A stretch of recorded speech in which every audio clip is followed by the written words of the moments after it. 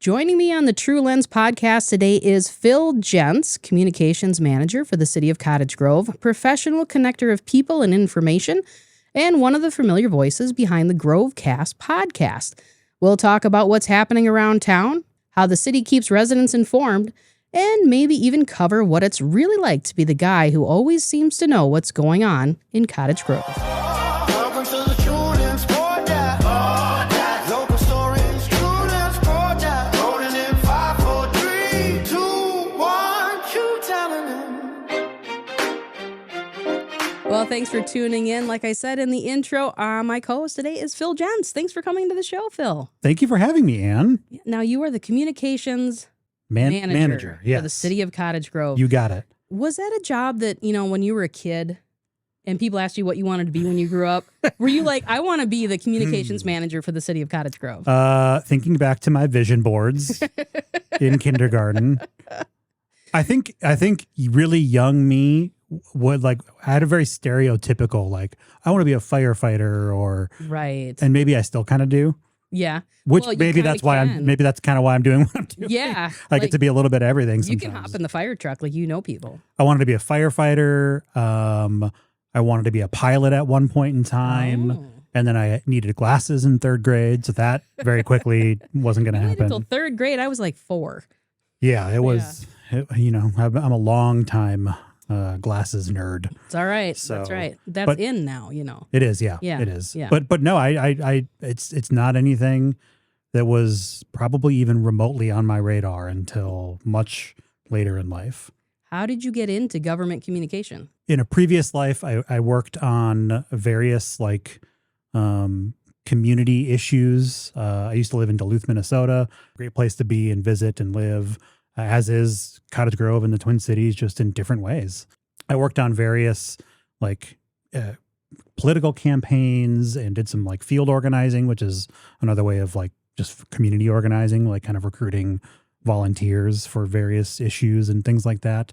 Ended up working for the city of Duluth starting in 2016 as a community relations officer, which is a lot of words just to say I was the liaison between community and the city.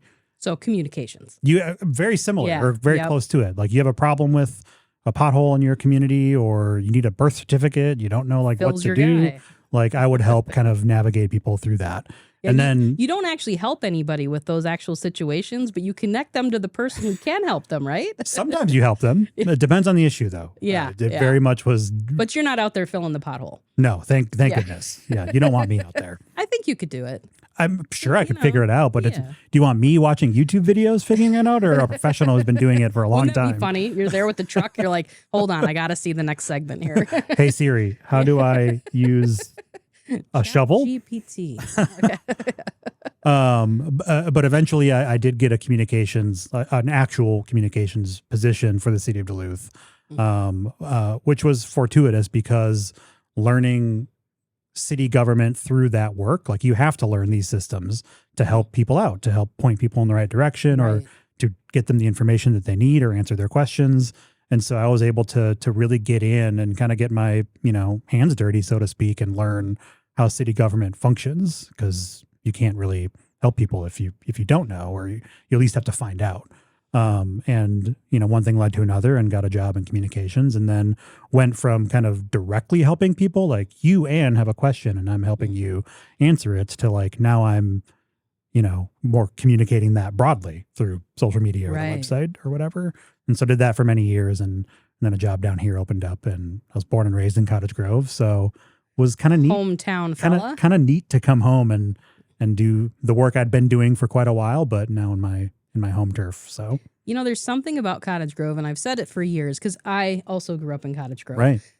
People grow up in Cottage Grove. They tend to then go out and go to college or go wherever they're going to go, and then there's a force field. Brings you back. I don't know if is that a force field or a gravitational pull. Yeah, that pulls you back into Cottage Grove, and that's where you want to kind of be and raise your family perhaps, or just kind of just be. Like I said, there's a lot to love about Duluth, and there's a lot to love about the greater Twin Cities area, and I think both have their own unique warm blanket qualities to them. where like you just feel comfortable in certain respects here, and it's different than Duluth, and the hometown vibe is kind of nice. Well, we're glad that you came back. Well, thank you. That was great. What is communications? Like when somebody says, I work in communications, what does that entail? For government communications in my role, we manage the city's social media sites. We manage the city's website, the city newsletter that gets mailed to all physical addresses in Cottage Grove every month.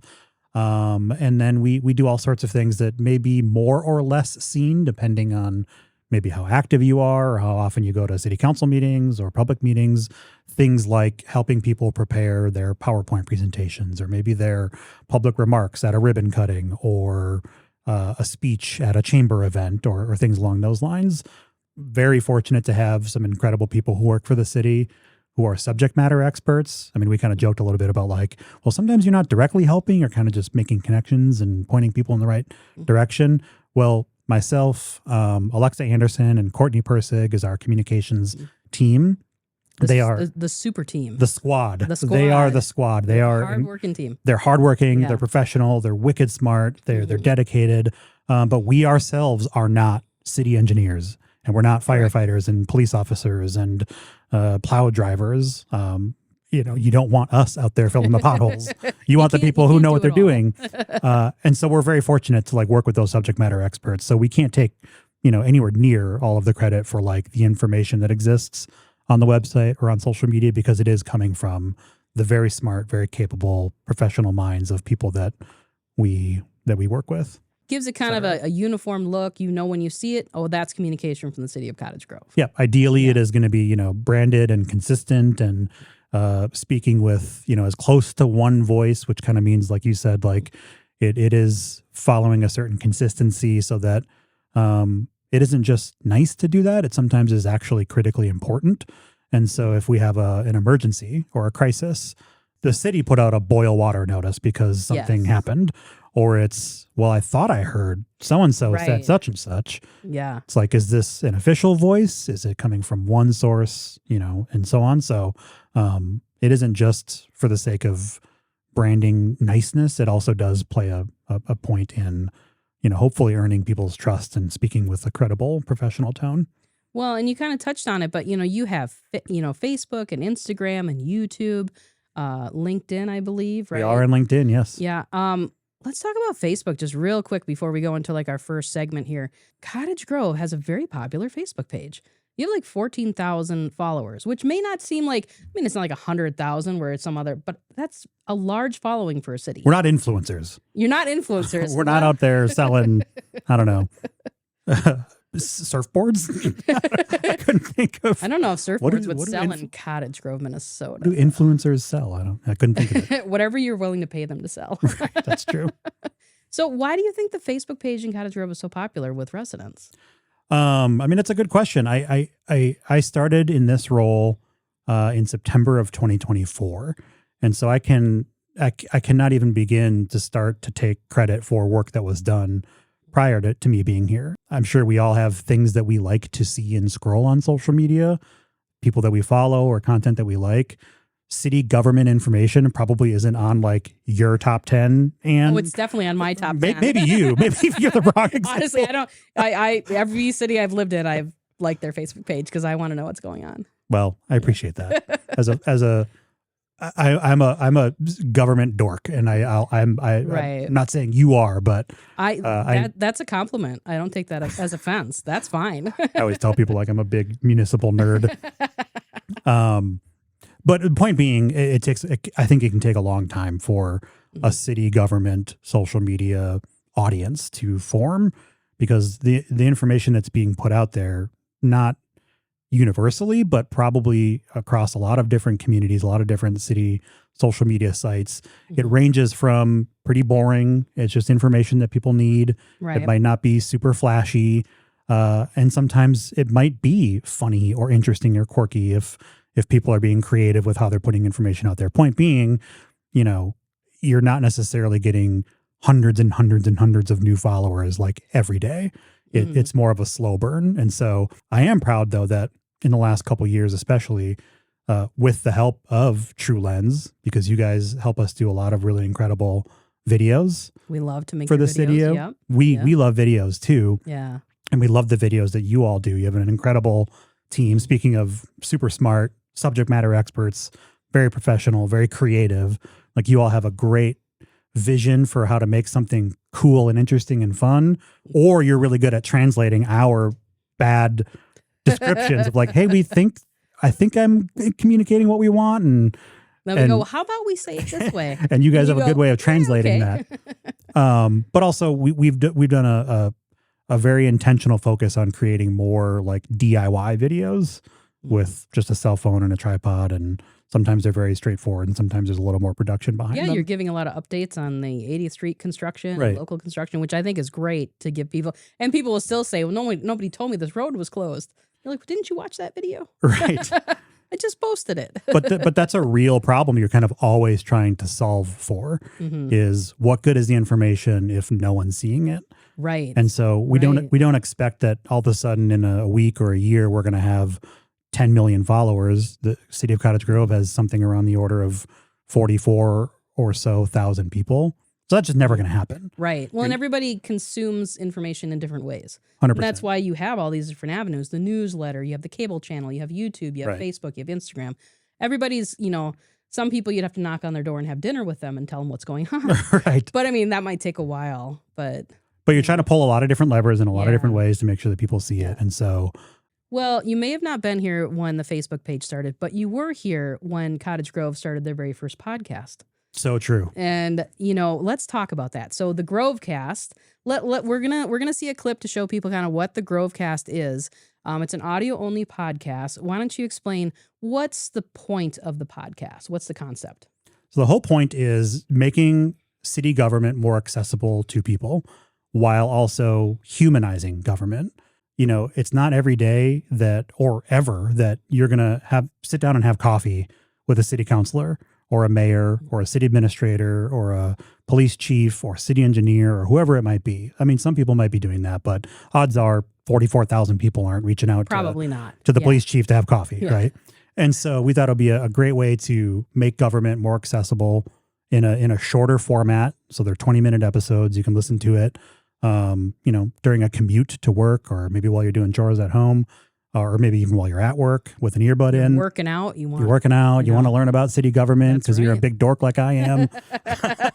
But make it more accessible and then humanize it. Like, who are the real people who are plowing your roads every winter? Who are the real people filling the potholes?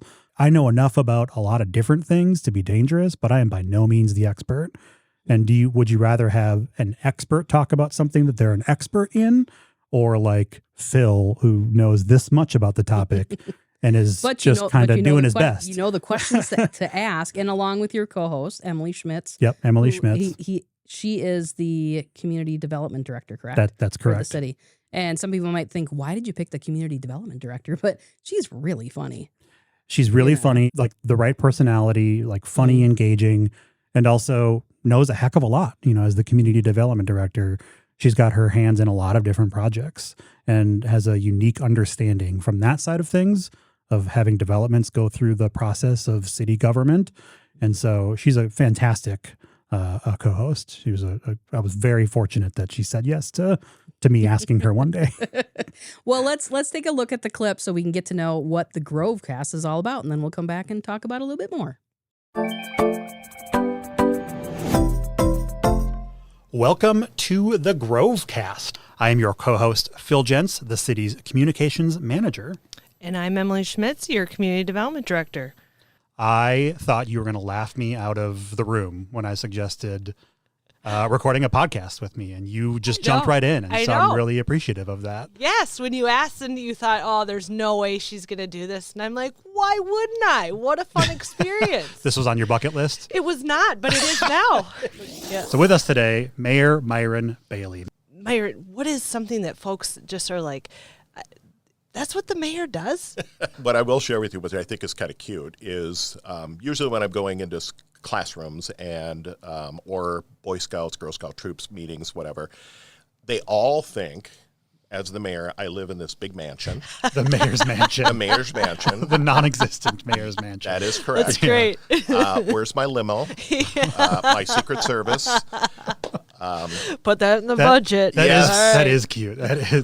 So sweet. Our guest today is none other than City Administrator Jennifer Levitt. Was this on your bucket list?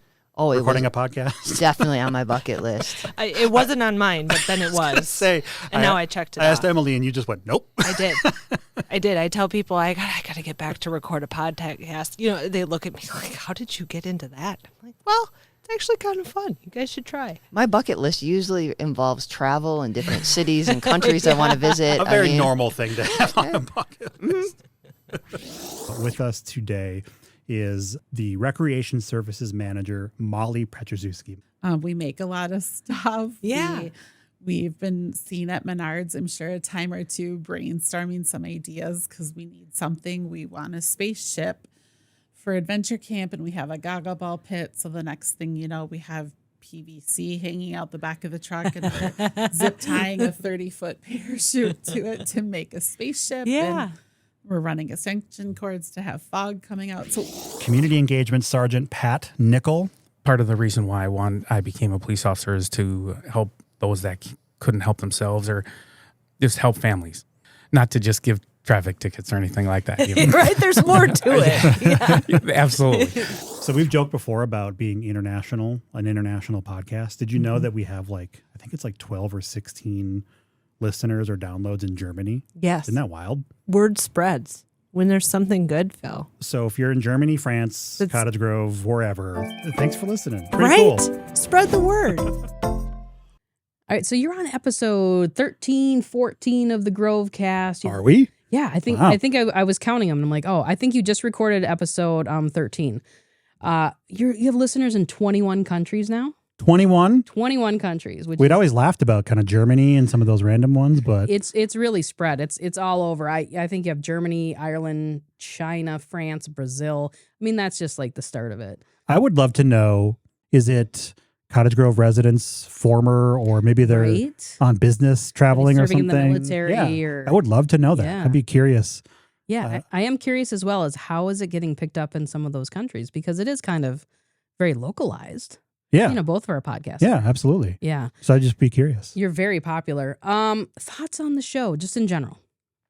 It's been a blast. I mean, we laughed about Emily Schmitz joining the team, so to speak, and Not on her bucket list. Not can't- weird. Wasn't on her vision board either. I guess not. Very fortunate that she said yes. I selfishly love sitting down and talking with people who work for the city or people who serve on city council or the mayor or county commissioner Bigham, and just learning about kind of what makes them tick. Like, why did you get into public service? I think is always an interesting question to hear answered. Right. Not everyone grows up wanting to be, a county commissioner, or maybe they do. There's got to be somebody. but- I don't know. but either way, it's fun, I think, to hear from that person's perspective, like what got them into public service. Why do they care? Because if there's one thing that I've learned about, I've worked for government in one form or another for, 10 years now, is that pretty much everyone, almost without exception, that I've worked with, they care a lot about what they do. When they are a subject matter expert, like they really do know their stuff. And there's a reason for why they do the things that they do. And there's a drive there and a genuine want to improve the community that they're serving. And you don't always get to hear that. If you go to a city council meeting, which most people probably don't. Probably there's a lot of people who've never been to a council meeting. Right. Don't even know what happens at it. Right. And Yeah. and that's fine. Everyone's living their lives and they've got their own stuff they're dealing with. But even if you do tune into a council meeting from home or, in person, you might see, a city engineer go up and present about a construction project, and, it seems like they know what they're talking about, and that's great, but you don't necessarily know any of the background of where did they come from and what did they do prior to this Right. job, and why do they care about public service, and why does a culvert need to be designed that way, or what is Right. a culvert? There's a lot of reasons why. It's like you had Pat Nickel from the police department there. And Right. It's like, I got into this because I wanted to help people, not because I wanted to write tickets. Right. That's know. that's a thing, unfortunate or not, that you have to it's do part of the probably job. as his job, but that's not what's probably driving him. Right. Right. I don't And think anybody says that. I can't wait to write tickets. Right. That's the best part of the Right. day. The whole experience has been very fun and very informative, I think, for me. I won't speak for Emily, but hopefully for her too. And for anyone listening, whether you're in Germany or Ireland or on down at Peter Thompson Estates or whatever, like hopefully it's fun and informative for folks who are listening too. Well, people can check out a new episode every month. Every month. And do you want to give any secrets away on who future guests are, or maybe who you're thinking? We just released an episode with council member Monique Garza. Speaking of kind of learning, how someone got into public service, she had a really, I thought, fascinating and very sweet answer to that. So check that episode out. Next, we want to round out. We've now recorded with everyone except Councilmember Dave Clausen, who is last but certainly not least. So I'm sure he's coming. I'm sure he'll be next. Awesome. And then from there, we've got almost, I mean, not literally, but we've got a pretty wide pool of people who work for the city, obviously, who we want to talk to and pick their brains, and other people from the community. You Me would be a great guest, so people can learn more about True Lens and what y'all I'm do. far And too shy. you say into 3 cameras and a microphone. The 3 cameras and a microphone. But I think people would, I think it would be interesting for people to learn about what you do and your background and, what True Lens does and why. I'm always open to the invitation, Phil. We want to have, other folks who work for the city and other folks who don't work for the city come on and tell their story too. Well, excellent. Well, tune into the Grovecast. It's a great podcast. I highly recommend it. And tune into the True Lens podcast. That you're listening also to a great right now. podcast. We could do like little promos for each other. Yeah. Let's move on to our next thing, which is a new video series the city of Cottage Grove has started called a Ride Along series. Yes. And I don't know if you want to give me a little background on what the series is and why it came about. There's some themes here, right? So like the social media stuff that we do, the content on the website, the podcasts, all hopefully in an effort to make city information more accessible to people and easy to understand.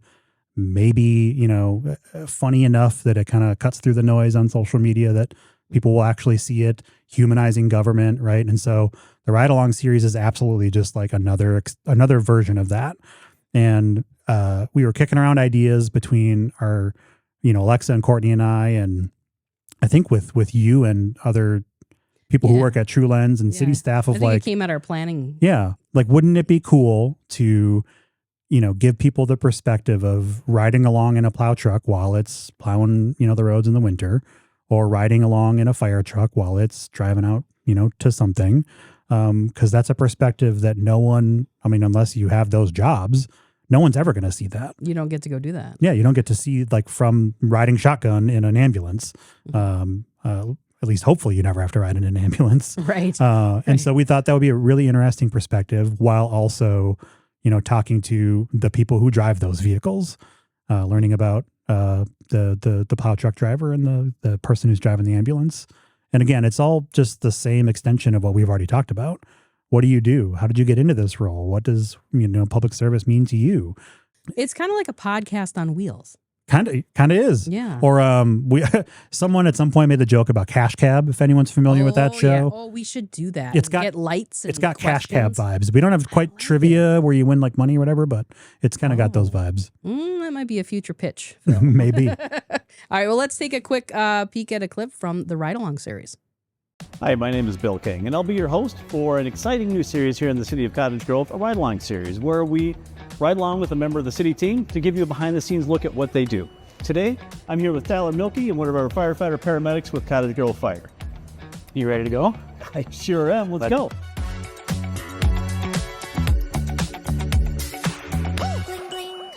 What's something people might be surprised to learn about EMS in general?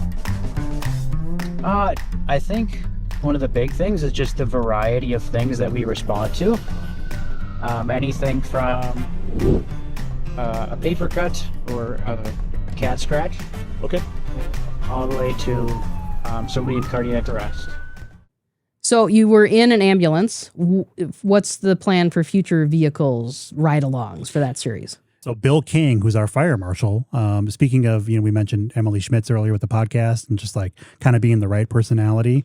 Well, Bill was that guy for the Ride Along series. And Bill works for the city. That's his real job. He's the fire marshal. That's his real job. And he just is an incredibly personable, very talented and funny guy.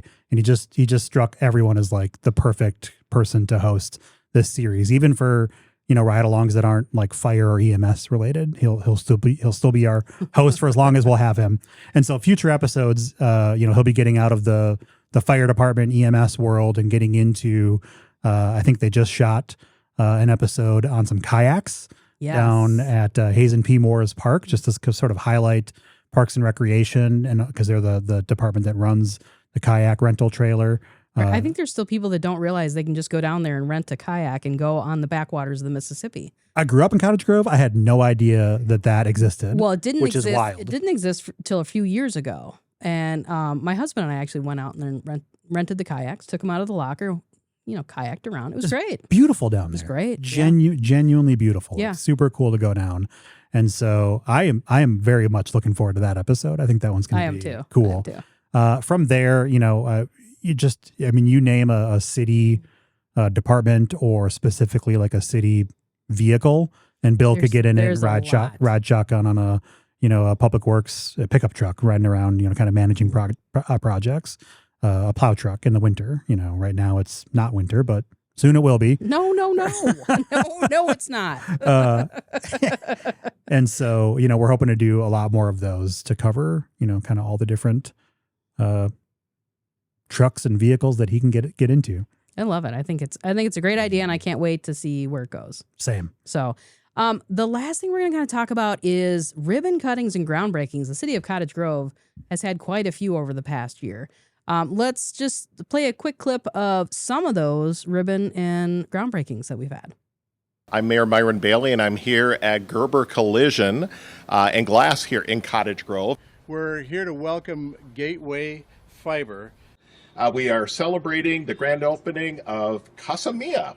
I am excited to officially welcome the owners of the Madison, Brad and Louise, to the city. Circolo de Niños with Salon Fusion here in Cottage Grove. Buffalo Wild Wings to go. This is celebrating one of what's going to be 2 treatment plants here in Cottage Grove. This one's called the Low Zone Treatment Plant. Today, this facility has 200 Van Meter employee owners. I'm excited to welcome Vangs to the city and the owners, David and Mei Tung Vang. So lots going on in Cottage Grove. New businesses, expanding businesses. Any upcoming events planned for new businesses cutting ribbons? Somewhat recently, we did a groundbreaking ceremony with Cedarhurst. As many folks maybe have seen, that's a project underway right now. I mean, they're building an extension off the old mansion, and their goal, Bella Gala is the operator there, is to kind of historically restore that mansion. Very cool. Which will be very cool to see. Yeah. And then build off the back of the mansion like a proper like event space for weddings and special events and what have you. It's a great location too. It's it's been around forever since we were kids. Yeah. Cedarhurst was there. And long before that, there have been famous presidents who have stayed there. But beautiful, beautiful. I can't wait to see when that's all restored. Yeah, we can't wait either. I mean, that's going to be it is a really interesting project. And once it's, been brought back to life, it'll be so cool to see the lights on and it full of life and, vibrant faces of people celebrating weddings and what have you. And beyond that, we're just always eager for businesses to locate in Cottage Grove, to expand in Cottage Grove. And there's always more to come. You being the communications guy, what kind of businesses do you hear that people want in town? Maybe they won't get them, but they want. What we see, social media is so interesting because, we mentioned earlier how there's 44 some odd thousand people in Cottage Grove. Obviously, not all of them are on Facebook. And even if they are, they might not be active on like the city's page, commenting on things. And so it's always hard to tell, when you see an opinion or a comment, like, is that a widespread opinion or is that kind of just one person's thought? And it's hard to tell, but it's not surprising. People want more options of places to eat. They want entertainment, things to do with their kids or nightlife type entertainment, like a movie theater or something along those lines. And I'm one of them. Like I live in Cottage Grove too, and I would love to have, a greasy spoon diner where you can grab some good breakfast, Right. It's interesting as the communications person. Like I'm not the economic development person. I'm not the community development person, but you kind of hear, oh, I heard so-and-so is interested in doing this. And, oh, we want to have this type of business come in and residents want this type of business to come in. And what I think is important for people to know is if you're somebody who wants local business in Cottage Grove, like me, someone somewhere has to have that idea and run with it, right? Like they have to be willing to step up and take that risk, which it is. It's a huge risk to do that. But what I hope people know and walk away from is that there are professionals who do work for the city or the county or the state who, if you have that idea, call them. Call us. A lot of ways you can help. Exactly. Yeah. Call us, send an email, our economic development manager, Nate Carlson, our community development director, Emily Schmitz. There's people who work for the county and people who work for the state who are very eager to help people like grow and germinate their idea, even if it's not like fully cooked. Right. Help you kind of explore it and maybe help look at some sites if you're at that point. But maybe more importantly, help connect you to resources that you might not know exist. Right. There's a lot of funding, right. There's a lot of just education, a lot of help out there. The chamber Right. does a lot with, local businesses even before they start. Yeah. Call Lori Levine at the chamber or Yeah. give the city a call if you've got that idea of like, I've always kind of wanted to do that. And I don't know what that would, where do I even start? Right. Give us a call because you never know where that might lead. As somebody who grew up in Cottage Grove like me, what do you remember around town that you always went to? Oh, Soft Top. Soft Top. Yep. Speaking of we're still the Ride Along series. One of the things that inspired that was some videos that you all did back in the day. Right. With it was called Driving with the Director. Yeah. It was with the Woodbury Police Yes. Chief, and he did a ride along with the Cottage Grove Police Chief at the time. Chief Kerner. Was Chief Kerner. Yep. And they rode around Cottage Grove, and they ended up at the Soft Top. Well, which is now the insurance place. The insurance place, Yeah. but they called the insurance guy and they said, "Will you hand us ice cream out the window?" And he's 'Cause like, it's still "Yeah, got it the still drive-through works. window. Yeah, it still works." So he handed him out a couple of popsicles, and that was pretty cute. Which is awesome. But Yeah. I used to ride my bike down the path along East Point Douglas there and Yeah. go to Soft Top and get, I think they were called glaciers instead of blizzards. Wow. Which is I don't remember that because I always got a cone. which is creative Yeah. marketing. Like instead of a blizzard, you call it a glacier. Glacier. That's pretty good. But that was always our go-to is ride our bikes down there and get some cookie dough glaciers. I love it. That's What good about you? memories. I spent a lot of time at the movie theater in town. Yep. That now is probably where Hy-Vee is. Yeah, it was over there. Kind of right in that area. I saw Men in Black there. Did you? I saw E.T. there, and I saw Beaches. And I got to the last 15 minutes of Beaches, and the projector broke. Oh, really? And so we all got a free ticket to come back and see Beaches. You couldn't see anything else. So I had to sit through the whole movie again to watch the last 15 minutes. That's so funny. But, I still love that. So yeah, a lot of memories of different places. There used to be a BMX bike track over where soccer fields are, just, boy, I'm terrible with direction. Just up the hill from Highlands Park, where there's soccer fields there now. Oh, yeah. 70th. There used to be a BMX bike track there, and my brother and I would go over there and we would ride around it. Yeah, I do remember that. Yeah. I haven't thought about that in who knows how long. Yeah. Wow. Yeah. That was a lot of fun. But yeah. Let's end the podcast because we can't just talk forever. I mean, we could. Can't we? Well, we could. What's the best part of your job? The best part of my job. This is going to sound like a diplomatic answer, but it's genuinely true. I truly love the people that I get to work with. I joked, but it's true. I'm 100% like a giant like city government dork. Mm-hmm. I just think that it is the government that is closest to you as a resident, as a family, and you interface with city government in so many different ways every single day, whether you realize it or not. By the time you've walked out of your house and gotten in your car and driven to work or gone to school or whatever, you have experienced city services, probably a dozen or more times, even before 7 a.m. Easily. When you flip on the faucet in the bathroom and you take a shower, you brush your teeth, you walk down the sidewalk to the bus stop, you drive down the roads to your work or wherever, like you're experiencing city services in a very real way every single day.